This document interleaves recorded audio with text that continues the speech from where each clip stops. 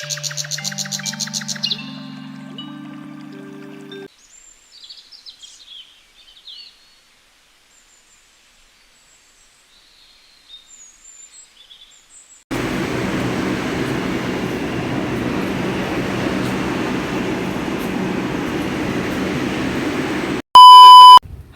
Guys, welcome to my another new blog. So অনেক দিন পরে তোমাদের জন্য একটা নতুন ব্লগ নিয়ে চলে এলাম।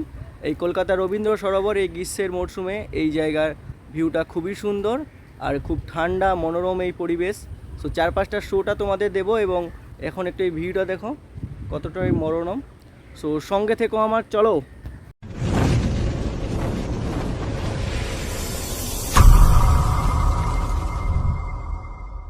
রবীন্দ্র সদন যাওয়ার জন্য প্রথমে আমি গেলাম এমজি মেট্রো স্টেশন, অর্থাৎ মহাত্মা গান্ধী মেট্রো স্টেশন। গুটি গুটি পায়ে এগিয়ে গেলাম টিকিট কাউন্টারের দিকে।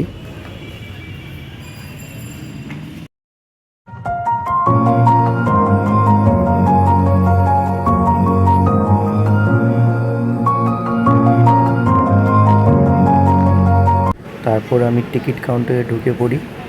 যেহেতু আমার কাছে আগে থেকেই মান্থলি টিকিট করা আছে, মানে আমার কার্ড করা আছে, তাই জন্য আর টিকিট কাটলাম না। সোজা গিয়ে এই ডোর দিয়ে ঢুকে আমি এইখানে আমার মানি পাসটা থাকাটি মানি পাসের ভিতরে কার্ড ছিল, গেট খুলে গেল, আমি ওখান থেকে চলে এলাম। কিছুক্ষণ অপেক্ষার পরেই আমাদের ট্রেনটা চলে এলো।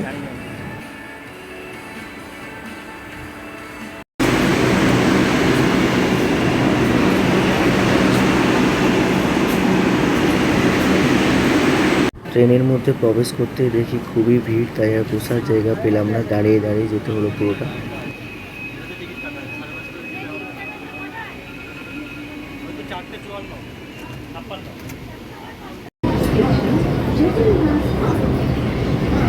প্রায় 7-8টা স্টেশনের পরে অবশেষে আমাদের স্টেশন এলো।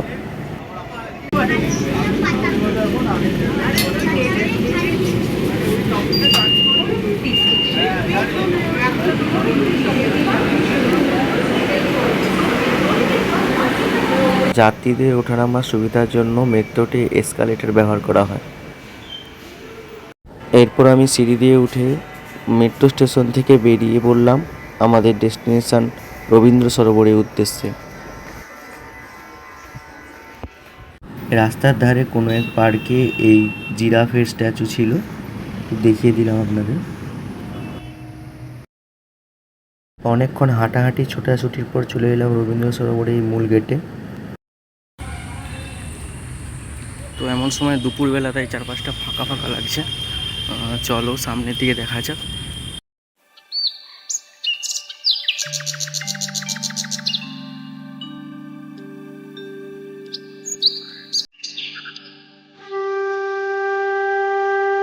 তীব্র গরমে এই ঠান্ডা বাতাসে প্রাণটা জুড়িয়ে যাচ্ছে। খুবই মনোরম এই রবীন্দ্র সদনের এই লেকটা। মেঘও যেন আছে।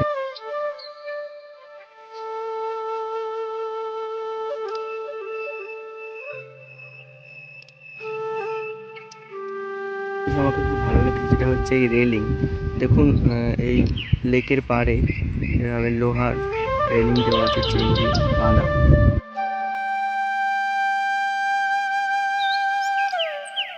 এই দূরের দিকে দেখুন সবাই ওখানে আড্ডা দিচ্ছে, মানে নিজেদের সময় স্পেন্ড করছে। চারিদিকে দেখুন কতটাই না মনোরম, গাছে পরিপূর্ণ চারপাশটা।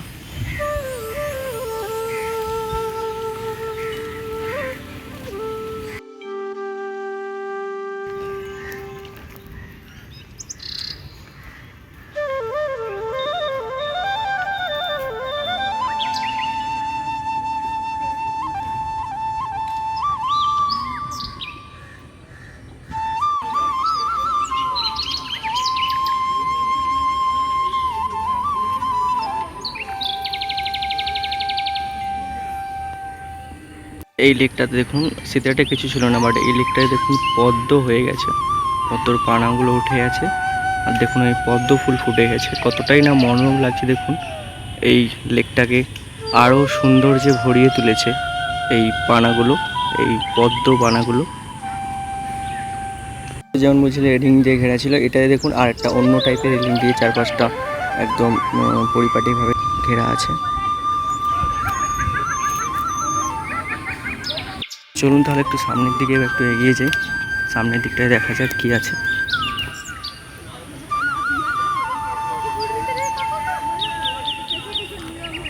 এটা দেখুন একটা হাতির স্ট্যাচু করা আছে।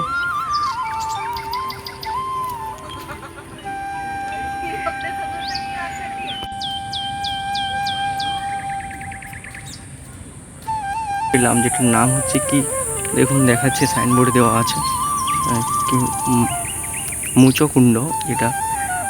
এটা আগে আমি কখনো দেখিনি, তোমরা যদি দেখে থাকো কমেন্টে জানাও, আমাকে জানিও। দেখুন পাতাগুলোর কীরকম, খুব লম্বা এক বিশাল গাছ।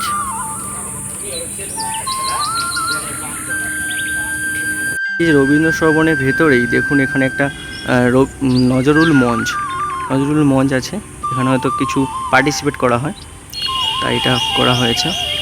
গাছে লক্ষ্য করলো আমার, যেটার নাম হচ্ছে মিনজিরি গাছটা। দেখুন অনেক বড় একটা গাছ, আর বিভিন্ন ধরনের গাছগুলো এখানে আমি যেটা দেখিনি আগে, এখানে সত্যিই আমি দেখতে পাচ্ছি। এটার জন্য সত্যিই আমি খুশি। তোমরা জানি ওই গাছগুলো তোমরা আগে থেকে জানতে নাকি। আর দেখুন গাইজ, এখানে আউটডোর গেমের জন্য বিভিন্ন ধরনের জিনিসগুলো আছে। দেখুন চারপাশটা, সামনের দিকে আরেকটা গাছ দেখতে পেলাম কৃষ্ণচূড়া, যেটা আমি আগে দেখেছি, বাট এখানে আবার একবার দেখলাম। একটা জিনিস যেটা খুবই সতর্ক বার্তা, এখানে বিজ্ঞপ্তি দেওয়া আছে যে এখানে প্লাস্টিক ব্যবহার করা যাবে না, সহ বিভিন্ন ধরনের লেকটাকে দূষিত করা যাবে না। তাই এইভাবে একটা নোটিশ বোর্ড দেওয়া আছে, যা আপনারা এলে কোনোভাবেই এখানে দূষিত করবেন না, রিকোয়েস্ট।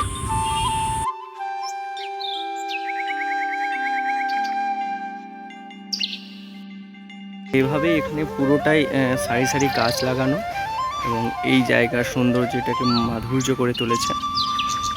এবং অনেক চেয়ারগুলো দেওয়া আছে, যেটা যাত্রীদের বসার জন্য, নিজেদের টাইমগুলো স্পেন্ড করার জন্য। চলতে চলতে পা ধরে গেছে, তাই একটু বসে পড়েছে এখানে। গাইজ এখন কিন্তু খুব বৃষ্টি এসে গেছে, তাই দেখি একটু এর ভেতরে কোথাও থাকার জায়গা আছে নাকি যাই। বৃষ্টি চলে এসেছে, তাই সাদা মাটিতে এখন দাঁড়িয়ে আছে, অপেক্ষা করছি বৃষ্টি কমলে আবার বাড়ি ফিরে যাবে। চারিপাশটা যেন পুরো ভিজিয়ে চলে গেল এই বৃষ্টি।